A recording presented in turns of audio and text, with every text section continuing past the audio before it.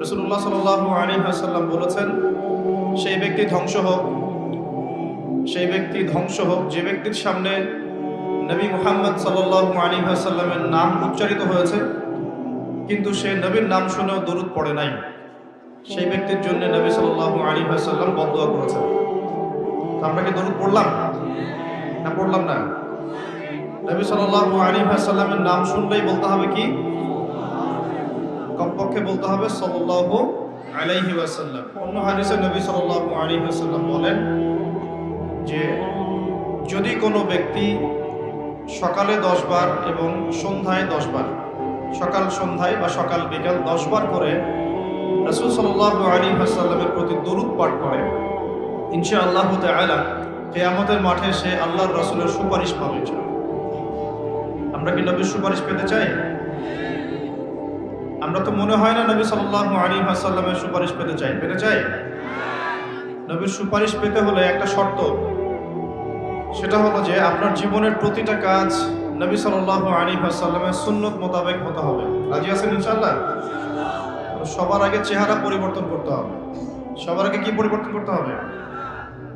আসলে পরিবর্তন করতে হয় সবার আগে আকীদা বিশ্বাস, তারপরে পরিবর্তন করতে হয় আমল কাজ।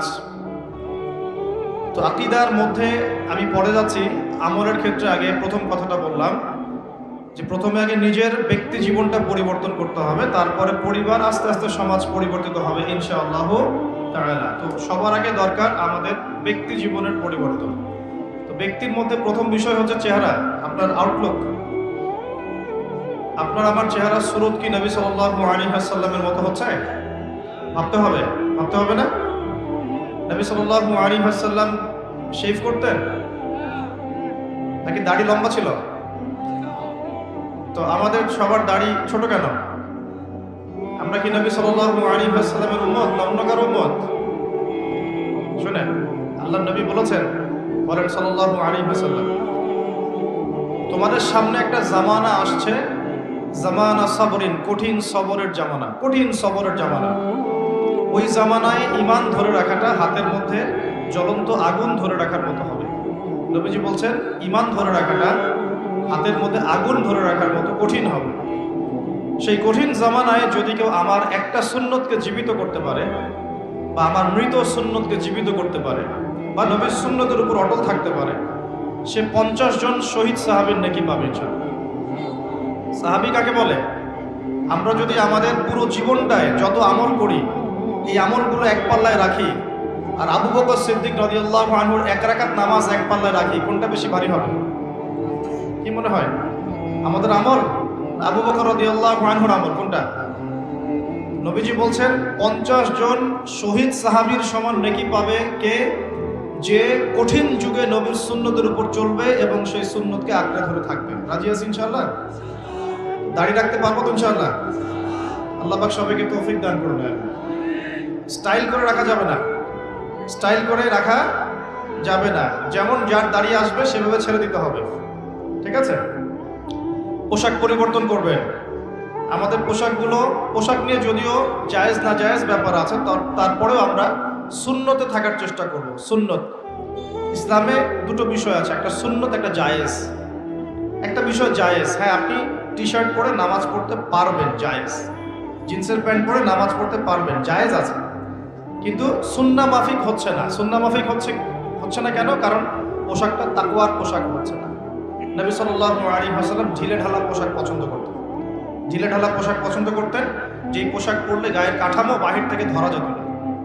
তো তাকওয়ার পোশাক পরার চেষ্টা করবো। আল্লাহ পাক সবাইকে তৌফিক দান করুন, বলি আমিন।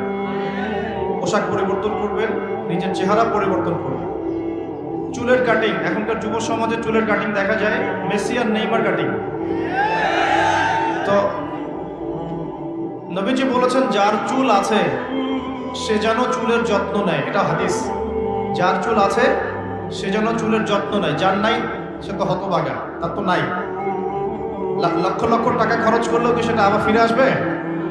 সাধারণত আসে না। যার আছে সে যেন চুলের যত্ন নেয়। নবী সাল্লাল্লাহু আলাইহি ওয়াসাল্লাম চুল বড় রেখেছেন, কাঁধ পর্যন্ত রেখেছেন, কানের লতি পর্যন্ত রেখেছেন। তো এই বাবরি সুন্নত, এটা কিন্তু নবীর সুন্নত। এটা বাধ্যতামূলক নয়, কিন্তু নবীর সুন্নাত। আর যদি কেটে ফেলতে চান তাহলে সামন পিছন সমান করে ফেলবেন। সামন পিছন কি সমান হবে, সামনে এতগুলো উঁচু করে রাখছেন, এদিকে ছিলে রাখছেন, এগুলো কিন্তু আসলে ইসলামিক কাট নয়। এগুলো নবী সাল্লাল্লাহু আলাইহি ওয়াসাল্লাম সাহাবীদের কিন্তু সুন্নাত। কোন সাহাবী মাথায় চুল রাখতেন না, সবসময় একদম শেভড, মাথায় কোনো চুল থাকতো না। কেন থাকতো না? কারণ তারা যুদ্ধ করতেন। কি করতেন? যুদ্ধ, জিহাদে থাকতেন। আর চুল একটা দুর্বল পয়েন্ট হয়ে যেত, চুল ধরে ফেললে কিন্তু মানুষকে কাবু করা সহজ হয়। এই কারণে যোদ্ধা কিছু সাহাবী ছিলেন, তারা কিন্তু চুল কামিয়ে ফেলতেন। এটা অন্য বিষয়। আমরা কি যুদ্ধ করছি এখন? তো কমপক্ষে নবীর মতো চুল রাখা যাবে তো ইনশাআল্লাহ, দাড়ি রাখা যাবে তো ইনশাআল্লাহ, পোশাক পরা যাবে তো ইনশাআল্লাহ। আল্লাহ পাক সবাইকে তৌফিক দান করুন, আমিন। যেন আইডেন্টিফাই করা যায় যে কে মুসলিম কে নন মুসলিম। এখন তো বাহির থেকে আইডেন্টিফাই করা যাচ্ছে না কে মুসলিম কে নন মুসলিম, বুঝতে পারছেন না? আচ্ছা, দাড়ির কথা এত গুরুত্ব কেন দিলাম? কারণ দাড়ি হচ্ছে একমাত্র ভিজিবল সুন্নত। ভিজিবল মানে দৃশ্যমান। দাড়ি হচ্ছে একমাত্র দৃশ্যমান সুন্নত, যেটা নিয়ে আপনি কবরে যাবেন। কবরে যখন রেখে দেওয়া হবে, অন্য কোনো কিছু কিন্তু দেখা যাবে না। আপনি কত ওয়াক্ত নামাজ পড়েছেন, কত টাকা দান করেছেন, হ্যাঁ, কতবার কোরআন খতম করেছেন, কোনো কিছু দৃশ্যমান থাকবে না। দৃশ্যমান থাকবে আপনার দাড়ির সুন্নত, আর দৃশ্যমান থাকবে আপনার কপালে সেজদার দাগ। আরেকটা দৃশ্যমান থাকবে আপনার পায়ে সেজদার দাগ। যখন আমরা নামাজে বসি পায়ের মধ্যে একটা দাগ হয় না? দাগ হয়। এই দাগ, কপালের দাগ, দাড়ি, এই তিনটা জিনিস মাত্র দেখা যাবে কবর দেওয়ার সময়। তাহলে এগুলো গুরুত্ব আছে না? নবীজি একটা হাদিসে বলেছেন যে দুটো তরল পদার্থ আছে, এই দুটো যার সৌভাগ্য নসিব হয়েছে ইনশাআল্লাহ সে জাহান্নামে যাবে না। আরেকটা হচ্ছে দুটো দাগ যার শরীরে আছে সেও ইনশাআল্লাহ তাআলা জাহান্নামে যাবে না। এক নাম্বার দুটো তরল কি? একটা হচ্ছে গায়ের রক্ত। যে ব্যক্তি আল্লাহ পাকের দ্বীনের জন্য রক্ত দিয়েছে, আল্লাহ পাকের দ্বীনের জন্য, দুনিয়ার জন্য না, আল্লাহর দ্বীন প্রতিষ্ঠার জন্য যে সংগ্রাম করেছে, রক্ত ঝরেছে, এই যে রক্তের ফোঁটা মাটিতে পড়ার আগেই তার সমস্ত গুনাহ মাফ করে দেওয়া। যেমন উহুদের যুদ্ধে সাহাবীরা যুদ্ধ করেছেন না, বদরের যুদ্ধে সাহাবীরা যুদ্ধ করেছেন না, তাদের রক্তের ফোঁটা মাটিতে পড়ার আগেই সমস্ত গুনাহ আল্লাহ মাফ করে দিয়েছে। আরেকটা তরল পদার্থ হচ্ছে অশ্রু, চোখের পানি। এই চোখের পানি যে ব্যক্তি আল্লাহকে স্মরণ করে গোপনে, নীরবে, নিভৃতে আল্লাহকে স্মরণ করে কান্নাকাটি করে চোখ দিয়ে পানি ঝরাতে পেরেছে, ইনশাআল্লাহ ওই চোখ জাহান্নামের আগুন দেখবে না। খুশি হন নাই? এখন যুব সমাজ কি আল্লাহর জন্য কাঁদে না গার্লফ্রেন্ডের জন্য কাঁদে? হ্যাঁ, গার্লফ্রেন্ডের জন্যই কাঁদে। এখন যুব সমাজ গার্লফ্রেন্ডের স্মরণে কাঁদে, আল্লাহর স্মরণে খুব কমই কাঁদে। আর সেই গার্লফ্রেন্ড তো আপনার সাথে কবরে যাবে নাকি? যাবে? শোনেন, আপনারা সবাই ইয়াং, একটা অভিজ্ঞতা শেয়ার করি। অভিজ্ঞতা, ফিলোসফি যেটাই বলেন, যে আমরা অল্প বয়সে শিখেছি, আল্লাহ শিখিয়েছেন আলহামদুলিল্লাহ। দুনিয়াটা হচ্ছে একটা অনিশ্চিত জায়গা। এক নম্বর কথা হচ্ছে দুনিয়া একটা কি? অনিশ্চিত জায়গা। এখানে কোনো কিছু নিশ্চিত না এবং কোনো কিছু স্থায়ীও না। এখানকার সুখও স্থায়ী না, এখানকার দুঃখও স্থায়ী না। এখানে আপনি সুখে আছেন, এই সুখ চিরদিন থাকবে না, মাথায় নিয়ে নেবেন। এখন খুব সুখে আছি আলহামদুলিল্লাহ, কিন্তু এই সুখ কিন্তু চিরস্থায়ী হবে না, মাথায় নিতে হবে। এখন খুব কষ্টে আছেন, এই কষ্টও চিরস্থায়ী হবে না, সুখ আসবে পরে। এখন সুস্থ আছেন, এই সুস্থতা চিরস্থায়ী হবে না, অসুস্থ হবেন। আবার অসুস্থ আছেন, এই অসুস্থতা চিরস্থায়ী হবে না, আবার আপনি সুস্থ হবেন ইনশাআল্লাহ। মানে দুনিয়াতে কোনো কিছুই চিরস্থায়ী না। কারণ কি? কারণ দুনিয়াটাই তো চিরস্থায়ী না। মানে এই দুনিয়াটাই তো চিরস্থায়ী না, এই কারণে দুনিয়ার কোনো কিছুই কি না? চিরস্থায়ী না, সব টেম্পোরারি। এটা হচ্ছে দুনিয়ার বাস্তবতা, হাকিকত। কোনটা স্থায়ী? ওয়াল আখিরাতু খায়রু ওয়া আবকা। আখিরাত হচ্ছে চিরস্থায়ী এবং উত্তম, এটা স্থায়ী। এখানে যে খারাপ আমল নিয়ে যাবে, অনন্তকাল ওই খারাপ আমলের ফল তাকে ভোগ করতে হবে। ওখানে যে সৎ আমল নিয়ে যাবে, ঈমান নিয়ে যাবে, অনন্তকাল সে সুখ এবং স্বাচ্ছন্দ্যে থাকবে ইনশাআল্লাহ। এই কথাটা কখনো ভুলে যাওয়া যাবে না। দুনিয়া একটা ক্ষণস্থায়ী জায়গা, টেম্পোরারি জায়গা, এখানকার কোনো কিছুই স্থায়ী না। এক। দুই, এই দুনিয়ার জীবনটা জেলখানা। এটা কি? এটা আমার কথা না, নবী সাল্লাল্লাহু আলাইহি ওয়াসাল্লাম বলেছেন, আদ-দুনিয়া সিজনুল লিল মুমিন। দুনিয়া হচ্ছে মুমিনদের জন্য কারাগার। কারাগার চেনেন? জেলখানা চেনেন? জেলখানার ভিতরে যখন আসামিদেরকে ঢোকানো হয়, জেলখানার ভিতরে যখন আসামিদেরকে ঢোকানো হয়, তখন কি তাদের ইচ্ছার কোনো স্বাধীনতা থাকে? সে কি চাইলেই বের হতে পারবে? ওখানে বসে যা ইচ্ছা তাই করতে পারবে? পারবে না। আল্লাহর নবী বলছেন এই দুনিয়ার জীবনটা তোমাদের সবার জন্য হচ্ছে জেলখানা। আমরা মানে মুমিনদের জন্য। আর যারা কাফের আল কাফেরদের জন্য আর দুনিয়া সিজনুল লিল মুমিন ওয়াল জান্নাতুল লিল কাফির। কাফেরদের জন্য দুনিয়া হচ্ছে জান্নাত। জান্নাত মানে যেখানে যা ইচ্ছা তাই করা যায়, তাই না? জান্নাতে আমরা যা ইচ্ছা তাই করতে পারবো ইনশাআল্লাহ। এখানে কোনো রকমের বাধা ধরা নিয়ম থাকবে না। সবাই আমরা আল্লাহর দিদার লাভ করবো ইনশাআল্লাহ, আল্লাহর নিয়ামত ভোগ করবো।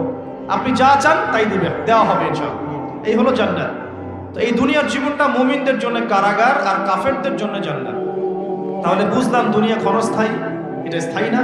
এটাও বুঝলাম দুনিয়ার জীবনটা কারাগারের জীবন, যেখানে আমরা নিজের মন গড়া আমল করতে পারবো না, নিজের ইচ্ছার কোনো স্বাধীনতা নাই এখানে। আমার দুনিয়াতে আমাদের ইচ্ছার কোনো স্বাধীনতা নাই। আল্লাহ পাকের ইচ্ছার অধীনে আমরা পরাধীন। আল্লাহ পাক বলেছেন নামাজ পড়তে হবে, রোজা রাখতে বলেছেন রাখতে হবে, যাকাত দিতে বলেছেন নিসাব পরিমাণ সম্পদ হলে যাকাত দিতে হবে, সামর্থ্য হলে হজ করতে হবে, সৎ কাজে আদেশ করতে হবে, অসৎ কাজে নিষেধ করতে হবে, পিতামাতার সম্মান করতে হবে, সত্য কথা বলতে হবে, সৎ পথে চলতে হবে। এগুলো আল্লাহ পাক বলেছেন করতেই হবে। আল্লাহ বলেছেন এখানে শিরক করতে পারবে না, বেদাতি আমল করতে পারবে না, এখানে হারাম খেতে পারবে না, জেনা করতে পারবে না, মাদক খেতে পারবে না, হ্যাঁ, অন্যের সম্পদ নষ্ট করতে পারবে না, অন্যের নামে গীবত তহমত অপবাদ দিতে পারবে না, অন্যের হক নষ্ট করবে না, ঠিক আছে? সন্তানদেরকে তোমরা খাদ্যের ভয়ে হত্যা করবে না, পিতামাতাকে অসম্মান করবে না, ইত্যাদি যত নিষেধ আল্লাহ পাক করেছেন এই নিষেধগুলোও মেনে চলতে হবে। এটা কারাগারের জীবন। কারাগারে বসে আমরা এখন কি করছি জানেন? হাকিকত হচ্ছে কারাগারের জীবনে বসে যে জীবনটা একে ক্ষণস্থায়ী, দ্বিতীয়ত হচ্ছে অনিশ্চিত, মানে কার কতদিন সময় বাকি আছে কেউ জানে না। জানে? অনিশ্চয়তার দুনিয়ার জীবনে, কারাগারের দুনিয়ার জীবনে বসে আপনি পাবজি খেলছেন। এই অনিশ্চিত কারাগারের জীবনে বসে আপনি মেয়ের সাথে এখন এই যে গার্লফ্রেন্ড বয়ফ্রেন্ড ফ্রি মিক্সিং অ্যাফেয়ারে লিপ্ত আছেন। অনিশ্চয়তার জগৎ, ক্ষণস্থায়ী জগৎ, এবং কারাগারে বসে আপনি মন করা যা আমল তাই করছেন। কারাগারের জীবনে বসে আপনি সুদ খাচ্ছেন, অথচ আপনি কারাগারে আছেন। কারাগারে বসে কেউ মাদকদ্রব্য সেবন করছে, কারাগারে বসে বসে। কারাগারের জীবনে বসে কেউ অন্যের নামে গীবত তহমত করছে, অন্যের পিছনে পড়ে আছে, নিজের কবরের কোনো ফিকির নাই। কারাগারে বসে মানুষ নামাজ পড়ছে না। আল্লাহর কারাগারে থেকে মানুষ আল্লাহর বিধান পালন করছে না। আল্লাহ পাকের কারাগারের মধ্যে থেকে মানুষ আল্লাহ দ্রোহিতা করছে, কেউ আল্লাহকে স্বীকারই করছে না। এমন হচ্ছে না? এটা দুনিয়া। আপনাদেরকে বোঝাতে চাই, বয়স আপনাদের কম যেহেতু, যে এই দুনিয়ার জীবনটা প্রথমত ক্ষণস্থায়ী, দ্বিতীয়ত অনিশ্চিত, তৃতীয়ত এই দুনিয়াটা হচ্ছে কারাগার। এটা কি? কারাগার। এখানে ইচ্ছার স্বাধীনতা নাই। চতুর্থত হচ্ছে এই দুনিয়ার একজন মালিক আছে। কে আছে? একজন মালিক আছে। এই মালিকের দাসত্ব করতে পারলে আপনি এই দুনিয়াতেও সুখী হবেন, পরকালেও সুখী হবেন ইনশাআল্লাহ। এখন এই দাসত্ব করার আগে ভালো করে মাথায় ইনস্টল করবেন যে ইহকাল পরকালে আল্লাহ রব্বুল আলামিন ছাড়া, ইহকাল এবং পরকালে আল্লাহ পাক ছাড়া সত্যিকার অর্থে আপনাকে কেউ ভালোবাসে না। এটা মাথায় নেবেন। সত্যিকার অর্থে। কেন? পিতামাতা কি আমাদেরকে ভালোবাসে না? বাসে। বাসে কিনা? বাসে। কিন্তু এই ভালোবাসা আল্লাহর ভালোবাসার মতো নয়, এটা অন্য বিষয়। এটা হচ্ছে সন্তানের প্রতি পিতামাতার মহব্বত, মাওয়াদ্দাতা, রহমা, দয়া, মমতা, অন্য জিনিস। তো আল্লাহ রাব্বুল আলামিন আপনাকে আমাকে যেভাবে ভালোবাসেন, এটা যদি আমরা আসলে ব্যাখ্যা করতে পারতাম তাহলে বুঝতে পারতেন। আসলে এটা ব্যাখ্যা করার মতো জ্ঞান আল্লাহ আমাদেরকে দেন নাই। যখন আমরা বীর্য ছিলাম, বীর্য বোঝেন? অবশ্যই বোঝেন। এই জেনারেশন তো পর্নোগ্রাফিতে আসক্ত, আর পর্নোগ্রাফিতে আসক্ত জেনারেশন গোপন পাপ বেশি করে বাথরুমের মধ্যে। হ্যাঁ, পর্নোগ্রাফিতে আসক্ত জেনারেশন গোপন পাপ বেশি করে টয়লেটে গিয়ে। এটা এই যুগ চলছে এখন। আর এটা নিয়ে আমি আলাদা লেকচার দিয়েছি, নীল দর্পণ অনলাইনে আছে। এই জেনারেশনটাই পর্নোগ্রাফিতে আসক্ত, অনেকেই, বেশিরভাগই। এমন মানুষ খুব কম পাওয়া যাবে যার ফোনের মধ্যে এইসব পর্ন ভিডিও নাই, বা যে দেখেনি কোনোদিন। হয়তো একটা মানুষও খুঁজে পাওয়া যাবে কিনা সন্দেহ আছে যে কখনো এটা দেখে নাই। তো এর ফলশ্রুতিতে গোপন পাপ বেড়েছে। আমরা এক সময় বীর্য ছিলাম, কি ছিলাম? শুক্রাণু এবং ডিম্বাণু মিলিত হয়ে জাইগোট গঠিত হয়, জাইগোট। ওই সময় আমাদের মধ্যে কোনো রূহ বা প্রাণ ছিল না। আল্লাহ পাক তখন আমাকে দেখেছেন, দেখেন নাই? আল্লাহ পাক তখন আপনাকে ভালোবেসেছেন, আপনার সাথে ছিলেন। আল্লাহ আপনাকে তখন মহব্বত করেছেন, আল্লাহ পাক তখনও আপনার খেয়াল রেখেছেন। আপনার প্রভু আল্লাহ পাক, আপনার রব আল্লাহ পাক তখনও আপনাকে দেখেছেন যখন আমরা জাইগোট ছিলাম। তারপর হচ্ছে আলাক। আলাক মানে জমাট বাঁধা রক্তপিণ্ড। মায়ের গর্ভে রক্তের পিণ্ড আকারে ছিলাম, কোনো হদিস ছিল না আমাদের। এই মহাবিশ্বে আমাদের কোনো অস্তিত্ব ছিল না, একটা মাংসের টুকরা ছিলাম এতটুকু। আস্তে আস্তে এর মধ্যে হাড় এসেছে, হাড়। যখন 4 মাস 10 দিন বয়স হয়েছে, তখন আল্লাহ রাব্বুল আলামিন তার নিজ অনুগ্রহে আপনার আমার রূহটাকে পাঠিয়ে দিয়েছেন ফেরেশতার মাধ্যমে। সেই ফেরেশতা এসে মায়ের গর্ভে আত্মা বা রূহটাকে ফুঁকে দিয়েছে। এরপর বাচ্চাটা নড়াচড়া করা শুরু করেছে। তখন আপনি মায়ের গর্ভে ছিলেন, আমি মায়ের গর্ভে ছিলাম। আমরা আমাদের অস্তিত্ব জানতাম না। আল্লাহ পাক আমাদেরকে লালন পালন করেছে। তখনও আল্লাহ পাক আমাকে ভালোবেসেছেন, তখনও আল্লাহ আমার সাথে ছিলেন যখন আমার কোনো অস্তিত্ব ছিল না। এরপর আস্তে আস্তে আপনি বড় হয়েছেন। মায়ের গর্ভে আমরা কি করেছি আমরা জানি না, আমাদের মনে নাই। আমরা লাথি দিয়েছি, ছোটাছুটি করেছি, পানির মধ্যে ছিলাম, তখন খেতে পারতাম না, মা যা খেত তাই খেতাম। আমরা নিজেদের ভরণ পোষণ দেখাশোনা করার মতো স্বাবলম্বী ছিলাম না। তখন আল্লাহ পাক আপনাকে দেখেছেন, আল্লাহ আপনাকে দেখেছেন। এরপরে আপনি অনেক কষ্ট করে, আমরা অনেক কষ্ট করে মায়ের গর্ভ থেকে পৃথিবীতে এসেছি। আসার পরেই শয়তান আমাদের কলিজার মধ্যে খোঁচা দিয়েছিল। যখন খোঁচা দিয়েছিল তখন আমরা চিৎকার করে কান্না করে উঠেছিলাম। ঠিক তখনই আমাদের কানের মধ্যে আমাদের পিতারা আজান দিয়েছিল, আল্লাহু আকবার, আল্লাহু আকবার, আশহাদু আল্লা ইলাহা ইল্লাল্লাহ, আশহাদু আন্না মুহাম্মাদার রাসূলুল্লাহ, হাইয়া আলাস সালাহ, হাইয়া আলাল ফালাহ, আল্লাহু আকবার, আল্লাহু আকবার, লা ইলাহা ইল্লাল্লাহ। এটা দ্বিগুণ করে বলেছেন, ডাবল করে বলেছেন, আমি শর্ট করে বললাম। এই আজানের কেন আজান দিতে হয়েছে? কারণ শয়তান যখন কলবে খোঁচা দিয়েছে ঠিক তখনই আমরা চিৎকার করে কেঁদে উঠেছিলাম। এরপর আমাদের পিতারা আমাদের কানে আজান দিয়েছে। তখন আপনার আমার কোনো আসলে সেন্স ছিল না, এই ভালো মন্দ বোঝার কোনো জ্ঞান ছিল না। তখনও আল্লাহ আপনাকে দেখেছে, তখনও আল্লাহ আমাকে দেখেছে। আল্লাহকে চিনতে শেখেন, কে আল্লাহ। আমি আসলে ব্যাখ্যা করতে পারছি না, আমি জানি পারবো না, আমি ফিল করতে পারছি কিন্তু বোঝাতে পারছি না যে আল্লাহ পাক তখন আপনার আমার সাথে ছিলেন। আর যখন মায়ের গর্ভে রূহটা এসেছিল তখন ফেরেশতা 4টা বিষয় লিখে দিয়েছে আমাদের জন্য। এই 4টা বিষয়ের বাইরে কিচ্ছু হবে না, ফেরেশতা লিখে দিয়েছে আল্লাহর হুকুমে। 1 নাম্বার, ওই বাচ্চা সৌভাগ্যবান হবে না দুর্ভাগ্যবান হবে, লেখা হয়ে গেছে। মানে জান্নাতে যাবে না জাহান্নামে যাবে, লেখা হয়ে গেছে। আল্লাহ পাক লিখে দিয়েছেন এই সন্তান বড় হয়ে কত বছর বাঁচবে, লেখা হয়ে গেছে। 3 নাম্বার লেখা হয়ে গেছে তার রিজিক কি কি হবে, সে কি কি রিজিক পাবে। 4 নাম্বার লেখা হয়ে গেছে যে সে এই দুনিয়াতে কি কি কাজ করবে, কি কি আমল করবে। এই 4টা বিষয় আল্লাহ পাক লিখে দিয়েছেন যখন আমাদের মায়ের গর্ভে আমরা 4 মাস 10 দিন বয়সে ছিলাম। 4 মাস 10 দিনের আগে বাচ্চা নড়াচড়া করে না, মেডিকেল সায়েন্স পড়ে দেখে। এরপরে যখন আমরা দুনিয়া এসেছি মা আমাদেরকে বুকের দুধ খাইয়েছে। যদিও বা এখনকার মায়েরা তো বুকের দুধ খাওয়াতে পারে না, অনেকেই বাচ্চাদেরকে বেবি সিটারের কাছে রেখে আসে, দেখেন না? ওই চাইল্ড কি আছে না, ডে কেয়ার সেন্টার টাইপের, যেখানে কাজের বুয়াদের দিয়ে বাচ্চাদেরকে লালন পালন করানো হয়। এখন তো ফ্যামিলিস্ট রেভলিউশনের যুগ, মেয়েরা এখন ঘরে থাকতে পারে না, চাকরি বাকরি ব্যবসা বাণিজ্য কত ব্যস্ততা ওদের। এই নিজের বাচ্চাকে রেখে আসে মানুষের কাছে, তাই না? চাইল্ড ডে কেয়ার সেন্টারে। পরে দেখবেন ওই বাচ্চারা মায়ের মমতাহীনতায় বড় হবে। যারা মায়ের মমতাহীনতায় বড় হয়, বাবার মমতাহীনতায় বড় হয়, এরা বড় হয়ে একটু উগ্র মেজাজের হয়ে যায়।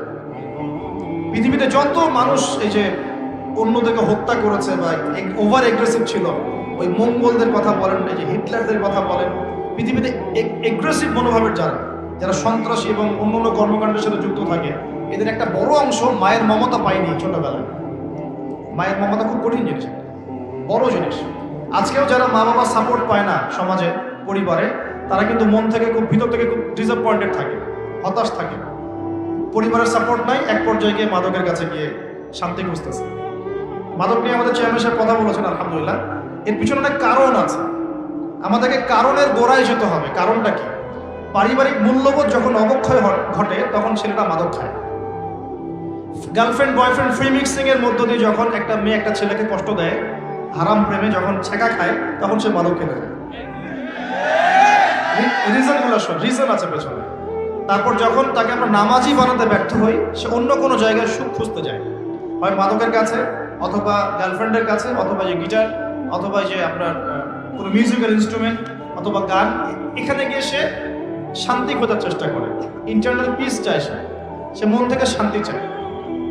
আমরা তাকে যদি তার জীবনের উদ্দেশ্যটা বোঝাতে পারি, তোমাকে আল্লাহ পাক দুনিয়া পাঠিয়েছেন আল্লাহর ইবাদত করার জন্য এবং আল্লাহর জমিনে তার দিন প্রতিষ্ঠা করার জন্য, এই বিষয়টা যদি আমরা ওকে বোঝাতে পারি যে তোমার জীবনটা মূল্যবান, হ্যাঁ, তোমার জীবন যৌবন, তোমার জান মাল সময় শ্রমকে আল্লাহর পথে বিলিয়ে দিলে ইনশাল্লাহ কালকে আমাদের মাঠে তুমি আরশের ছায়া ছায়া পাবে, যুব সমাজ ফিরে আসবে ইনশাল্লাহ।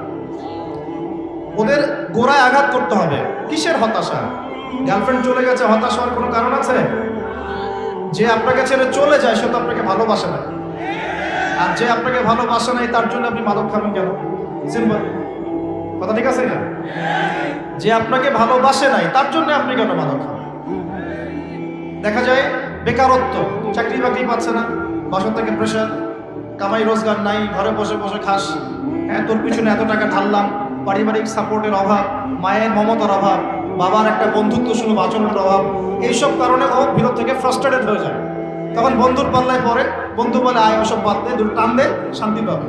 তখন বন্ধুর কাছে যায়, এই যে টানা শুরু করলো, এখান থেকে শুরু হবে, প্রথমে সিগারেট থেকে শুরু করে, আস্তে আস্তে যাবে যে গাঁজা, ফেন্সিডিল, এখন তো ইয়াবার যুগ চলছে, আরো বড় বড় কত মাদক আল্লাহ ভালো জানেন এখন লঞ্চ হয়েছে, এগুলো প্রশাসন ভালো বলতে পারবে। তো স্টার্টিংটা কিন্তু এভাবে হয়, পারিবারিক সাপোর্টের অভাব, অথবা মমতার অভাব, অথবা একটা হৃদ্যতাপূর্ণ পরিবেশ নাই পরিবারের মধ্যে, ঝগড়াঝাটি ফাসাদ, পিতামাতার মধ্যে ফাসাদ, অথবা বন্ধুদের পাল্লায় পড়া, অথবা নারী, অথবা হতাশা, বেকারত্ব, এই কয়েকটাই কারণ মূলত। এগুলো থেকেই ছেলেরা মাদকের দিকে যাচ্ছে। তো কারণগুলো সলভ করতে হলে কোথায় আসতে হবে? আমি দুইটা খালি মেডিসিন বলে দেবো, অনলি দুইটা। কয়টা? দুইটা। আমি চ্যালেঞ্জ করছি, এই দুইটা মেডিসিন যদি প্রয়োগ করা যায় যুব সমাজের উপরে, ইনশাআল্লাহ 1% যুবক মাদক খাবে না ইনশাআল্লাহ। একটা মেডিসিন হচ্ছে কিচ্ছু না, শুধু ওদেরকে 5 ওয়াক্ত নামাজ পড়াতে হবে। টাইম টু টাইম তোমরা 5 ওয়াক্ত নামাজ পড়বা, যত হতাশা, গ্লানি, কষ্ট দেখবা, সমস্ত কষ্ট ওই আল্লাহর সামনে ঢেলে দিবা। যখন তোমার কেউ ছিল না, যে আল্লাহ তোমাকে দেখেছে, ওই আল্লাহর সামনে ঢেলে দিতে হবে। পারা যাবে ইনশাআল্লাহ? এই একটা মেডিসিন। অতএব নামাজই বানান, মানুষকে বেশি বেশি নামাজই বানান, অটোমেটিক সে মাদক থেকে দূরে আসবে। আল্লাহ পাক ওয়াদা করেছেন, আল্লাহ বলছেন ইন্নাস সালাতা তানহা আনিল ফাহশাই ওয়াল মুনকার ওয়া লাযিকরুল্লাহি আকবার। আল্লাহ বলছেন শোনো, নিশ্চয়ই নামাজ পড়ার মতো পড়লে, নামাজ কায়েম করার মতো করলে, এই নামাজই তোমাকে সমস্ত পাপ থেকে দূরে রাখবে ইনশাআল্লাহ। নামাজ, আমি 3G 4G নামাজের কথা বলছি, নামাজের কথা বলছি যে নামাজ আপনি মনোযোগের সাথে, খুশুর সাথে নামাজে কি পড়ছেন বুঝতে পারছেন, সেজদায় গিয়ে দোয়া করছেন, আল্লাহকে পাচ্ছেন, এই নামাজের কথা বলছি। এই নামাজ যে ব্যক্তি পড়তে পারে 5 ওয়াক্ত, ইনশাআল্লাহ মাদকের ধার কাছেও সে কখনো যাবে না ইনশাআল্লাহ। আর দ্বিতীয় মেডিসিন হচ্ছে, সেটা হলো আল কোরআনুল কারীম, যেটা আমার হাতে দেখছেন। এই আল কোরআনুল কারীম যদি আপনি প্রতিদিন কমপক্ষে একটা পারা করে তেলাওয়াত করেন, 30 দিন 30 পারা, প্রতিদিন 1 পারা, প্রতি মাসে 1 খতম, এতটুকু এই জিনিসটা অভ্যাস করতে পারেন, ইনশাআল্লাহ আপনার মনের মধ্যে প্রশান্তি দিয়ে ভর্তি থাকবে, কোনো কষ্ট থাকবে না ইনশাআল্লাহ। আমি চ্যালেঞ্জ করছি, আপনি ইমপ্লিমেন্ট করে দেখেন, প্রতিদিন 1 পারা, কতটুকু? অন্তত 1 পারা, 30 দিন 30 পারা, মাস শেষে 1 খতম হবে ইনশাআল্লাহ। এই আমলটা ধরে রাখতে পারলে দেখবেন আপনার মনে নূর এবং প্রশান্তিতে ভর্তি থাকবে। সারা দুনিয়া অশান্তি, আপনার মনে শান্তি, কোনো অশান্তি কাজ করবে না ইনশাআল্লাহ। আল্লাহ পাক আমাদের সবাইকে এই দুটো মেডিসিন প্রয়োগ করার তৌফিক দান করুন। এবার আসি ভাই, ওই সময় সব লিখে দেওয়া হয়েছে যে আপনার রিজিক, হায়াত, তারপরে কাজ কি হবে, সাফল্য, সৌভাগ্যবান না দুর্ভাগ্যবান হওয়া। এরপরে যখন আমরা ছোট ছিলাম, মায়ের দুধ পান করেছি, তখন কিন্তু আমরা আমাদের দায়িত্ব নিতে পারতাম। আমরা বিছানায় পেশাব পায়খানা করেছি, কেউ আমাদেরকে দেখে নাই, পিতামাতা দেখেছেন, তখন আল্লাহ পাক আমাদেরকে দেখেছেন, তখনও আল্লাহ আমাদের সাথে ছিলেন। আমরা শ্বাস নেওয়া শুরু করব, শ্বাস নেওয়া, এই শুধু শ্বাস নিঃশ্বাস নেওয়ার যে ক্ষমতা বা এই যে নিয়ামত, এই নিয়ামতটুকুর শুকরিয়া কি আমরা আদায় করতে পারবো? আমাদের শরীরে রক্ত চলছে, রক্ত যে সংবহন তন্ত্রটা চলছে, এই রক্ত সার্কুলেশন বন্ধ হয়ে গেলে আমরা বাঁচবো? এটা কে দেখছেন? এটা এই যে হার্ট যে পাম্প করছে, হার্টবিট, একটা হার্ট পাম্প করার পরে আল্লাহর অনুমতি চাই, আল্লাহ আরেকবার পাম্প করবো কি, আল্লাহ অনুমতি দেয় তারপর পাম্প করে। এত সহজ। রাতে যখন ঘুমাই আমরা, আমাদের আত্মা আল্লাহ পাক নিয়ে নেন, এটা অনুমতি প্রাপ্ত হয় যে আমি আল্লাহকে আবার ফিরিয়ে দিবেন, যদি দেয় তাহলে আপনি সকালে উঠবেন, না হলে উঠতে পারবেন না। সূর্য ডুবে আল্লাহর পারমিশন নেয় যে আমি কি আগামীকাল আবার উঠবো, আল্লাহ পারমিশন দিলে তারপর ওঠে। প্রভু রব কি জিনিস, আল্লাহকে চিন্তা হবে। আমরা যখন কিছুই করতে পারতাম না, হাঁটতে পারতাম না, আমরা দাঁড়াতে পারতাম না, আমরা আগে হামা করে দিতাম, তারপরে আমরা বসা শিখেছি, তারপরে আস্তে আস্তে কিছু ধরে দাঁড়ানো শিখেছি, তারপর আস্তে আস্তে আমরা একটু হাঁটা শিখলাম, তারপর দৌড়ানো শিখলাম। এখন আস্তে আস্তে আমাদের শরীরে শক্তি আসছে না, যৌবনকাল চলে আসছে, এখন আমরা আল্লাহকে আর চিনি না। এখন আমরা আল্লাহকে কি চিনি না। লক্ষ লক্ষ কোটি কোটি যুবক বাংলাদেশের বাড়িতে নামাজ পড়ে দেন, ও মনে করে যে ওই সব কিছু, যৌবনকালে এসেছে, ও মনে করে এটাই আমার সব কিছু। তারপরে লক্ষ লক্ষ মেয়েও আছে যারা কিন্তু নামাজ পড়ে না, ওরা ভুলেই গেছে যে ওরা মায়ের গর্ভে কখনো ছিল। আমরা সবাই মায়ের গর্ভে অসহায় ছিলাম, আমরা ভুলে গেছি যে আল্লাহ পাক তখন আমাদের সাথে ছিলেন। এভাবে জীবনের প্রতিটা ধাপে ধাপে আল্লাহ পাক আমাদেরকে দেখেন, খাওয়ান, পড়ান, শ্বাস নেন, শ্বাস নেওয়ার তৌফিক দেন, ঘুম থেকে ওঠার তৌফিক দেন, আমাদেরকে হাঁটার তৌফিক দেন, হার্টবিট পাম্প করে, রক্ত চলাচল করে। হ্যাঁ, আমরা শ্বাস নেই, খাই, কত কি করি সারাদিন, অথচ এই সমস্ত নিয়ামতগুলো কে দেন? সে আল্লাহকে যদি ভুলে যান তাহলে কোশ্চিনকালেও দুনিয়ায় সফল হতে পারবেন না, পরকালেও সফল হতে পারবেন না।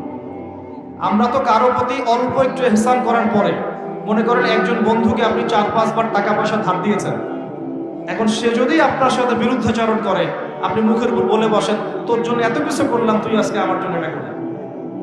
আরে সারা জীবন ধরে আল্লাহ আমাদের জন্য কত কি করে যান, প্রতি মুহূর্তে, প্রতি সেকেন্ডে। একটা আয়াত আছে সূরা আর রহমানে, কুল্লা ইয়াউমিন হুয়া ফি শাআন, মানে আল্লাহ পাক সব সময় কন্টিনিউয়াসলি প্রতি মুহূর্তে এই মহাবিশ্ব পরিচালনার কাজে ব্যস্ত আছে। মনে করেন এখানে যত মানুষ আমরা আছি, সবাই যদি আমার সাথে এখন একসাথে এট এ টাইম মুসাফা করতে আসেন, আমি বিরক্ত হব না? সবাই এসে হুমরি খাওয়া শুরু করেন মুসাফা, সবাই আমাকে যদি একটা কথা একসাথে বলা শুরু করেন, আপনার একটা কথা, আপনার একটা, আপনার একটা, আপনার একটা, সবগুলো আমি শুনতে পারবো? 1 সেকেন্ডের মধ্যে সারা বিশ্বের কোটি কোটি মানুষ একই সময় আল্লাহর কাছে দোয়া করে, আল্লাহ সবার দোয়া শোনেন, এক মুহূর্তেই শোনেন। আমরা সবাই এখন বসে আল্লাহর কাছে চাচ্ছি সবার মনের। জান্নাতে যাওয়ার পরে, জান্নাতে যাওয়ার 100 কোটি বছর পর আমরা কি করব আল্লাহ এখনই সেটা জানেন, জানেন না? আবার জাহান্নামে যাওয়ার 100 কোটি বছর পর জাহান্নামীরা কোন শাস্তি ভোগ করবে আল্লাহ সেটাও জানেন। তো এই মহান রবকে এখন মানুষ বিশ্বাস করে না। এখন নাস্তিকতার যুগ চলছে, আস্তাগফিরুল্লাহ। এখন কি প্রোটেস্ট্যান্ট ইসলামের যুগ চলছে, মানে কিছু অংশ ইসলামের পালন করে, কিছু অংশ পালন করে। ইসলাম, কোরআন, হাদিস, পর্দা, এই বিষয়গুলোকে মানুষ এখন কটাক্ষ করা শুরু করছে, আক্রমণ করা শুরু করছে। গত পরশু দিনে দেখলাম যে সুইডেনের মতো কান্ট্রি, ওরা তো বাক স্বাধীনতাটাকে বিশ্বাস করে, ওখানে প্রকাশ্যে আল কোরআনকে পুড়িয়ে দিল। দেখেছেন না? দেখেছেন না? আরো ঘোষণা দিয়েছে যে আস্তাগফিরুল্লাহ, আরো বলে পড়াবে এবং শুকরের রক্ত দিয়ে নাকি কোরআনকে মাখিয়ে দিবে। নাউযুবিল্লাহ। আমরা দোয়া করি আল্লাহ পাক ওদের চেহারাগুলোকে জাহান্নামে জ্বালিয়ে দেখ। হেদায়েতের দোয়া করতে পারবো না, এদের জন্য হেদায়েতের দোয়া করার রুচিবোধ আমাদের মধ্যে নেই। আল্লাহ পাক অচিরেই এদেরকে ধ্বংস করবেন ইনশাআল্লাহ, অচিরে ধ্বংস তো হবে, এটা আমি নিশ্চিত। কারণ আমি শেষ জামানার ছাত্র, স্টাডি করি যে 3টা বড় বড় ভূমিকম্প আসা এখনো বাকি আছে। তার মধ্যে একটা হবে পশ্চিমা সভ্যতায়, এই ইউরোপিয়ান সিভিলাইজেশনের মধ্যে পশ্চিমা সভ্যতা একটা বড় ভূমি ধস করবে অচিরেই। এখানে একটা বড় অংশের মাটি নিচে চাপা পড়ে যাবে ইনশাআল্লাহ। এটা কি আমাদের 10টা বড় নিদর্শনের একটা।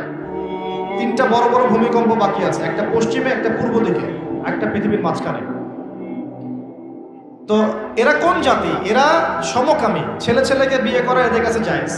তো ওরা তো কোরআনের বিরোধিতা করবেই, কোরআন তো এর বিরুদ্ধে কথা বলছে। কোরআন বলছে সমকামী একটা কম ছিল, কওমে লূত, ওদেরকে আল্লাহ পাক এমন শাস্তি দিয়েছেন যা বিশ্বে কাউকে দেন নাই। একদম মাটিটা উপরে তুলে আসমানে উঠায়, আসমান থেকে পাথর বর্ষণ করে সবগুলোকে থেতলা করে দিয়ে উল্টা দিকে আবার দাফন করে দিয়েছে কওমে লূতকে। জর্ডানের ডেড সি বা মৃত সাগর, ওই জায়গা যেখানে কওমে লূত ছিল, আর এরা হচ্ছে কওমে লূতের বর্তমান ট্রেডিশন, বর্তমান রেভলিউশনের বর্তমান ভার্সন হচ্ছে এরা। কওমে লূতের বর্তমান ভার্সন এরা, প্রেজেন্ট ভার্সন এরা। এরা এই সভ্যতা, পশ্চিমার এই সভ্যতা ছেলে ছেলেকে বিয়ে করা জায়েজ মনে করে। তো ওরা তো কোরআনের বিরুদ্ধাচরণ করবেই। আর কোরআন বলছে যে এরকম করলে একদম ধসাই দেব শাস্তি দিয়ে। আসমানের নিচে জমিনের উপরে সবচেয়ে বড় বড় পাপগুলোর মধ্যে এটা একটা। ওরা তো সুদখোর, সারা বিশ্ববাসীকে সুদ খাইয়েছে। আর কোরআন বলছে সুদ যে খায় সে যেন আল্লাহ এবং তার রাসূলের সাথে যুদ্ধ করে। তাহলে ওরা তো কোরআনের বিরোধিতা করবেই। কোরআন বলছে যে সমাজে সাম্য থাকতে হবে, সাম্য। আর ওরা তো সাম্যের বিরোধী। ওরা মানবতার ধ্বজা ধরে বিশ্বের বিভিন্ন মুসলিম কান্ট্রির মধ্যে মুসলিম থেকে নির্যাতন করেছে। ওরা তো কোরআনের বিরোধিতা করবেই, স্বাভাবিক। কোরআন বলছে এইসব জালেমদের সাথে জিহাদ করতে, আর এই কিতাবে সেটা লেখা আছে। তাহলে ওরা তো এই বইটা পুরোতে চাইবে না? এগুলো পড়লে তো আপনার ভিতরে একটা জজবা চলে আসবে। ওরা চাইবে এখান থেকে আপনাকে দূরে সরাই দেবে। কোরআন বলছে মুসলিমদের ঐক্যের কথা, তো ওরা তো মুসলিমদের ঐক্য পছন্দ করবে না। অতএব কোরআন তো পুরাতে হবেই ওদের কাছে। কোরআন বলছে ওরা বস্তুবাদী আর আখিরাত চিরস্থায়ী। তো বস্তুবাদী এই সভ্যতা আখিরাতমুখী সভ্যতার বিরুদ্ধাচরণ তো করবেই। কোরআন বলছে যে দ্বীন ইসলামকে আল্লাহ পাক পাঠিয়েছেন সারা বিশ্বে বিজয়ী হওয়ার জন্য। আর ইসলাম যদি বিজয়ী হয় ওদের অস্তিত্ব থাকবে। অতএব তারা তো বিরুদ্ধাচরণ করবে। কোরআন বলছে মাদক থেকে দূরে থাকার কথা। আর ওরা মাদক ফ্রি অ্যাক্সেস, সবাই খাচ্ছে। তাহলে ওরা কি বিরুদ্ধাচরণ করবে না? স্বাভাবিক। কোরআন বলছে যে জেনা থেকে দূরে থাকো না, জেনার কাছেও যেও না। আর ওদের সভ্যতা এমন সভ্যতা যেখানে বাবাও মেয়ের সাথে জেনা করে। বিশ্বাস করছেন না কথা? বাবার হাতে ওরা মেয়েরা এই ইফটিজিং এর শিকার হয়, সেক্সুয়াল হ্যারাসমেন্টের শিকার হয়, এবং ভাই বোনের সাথে জেনা করে।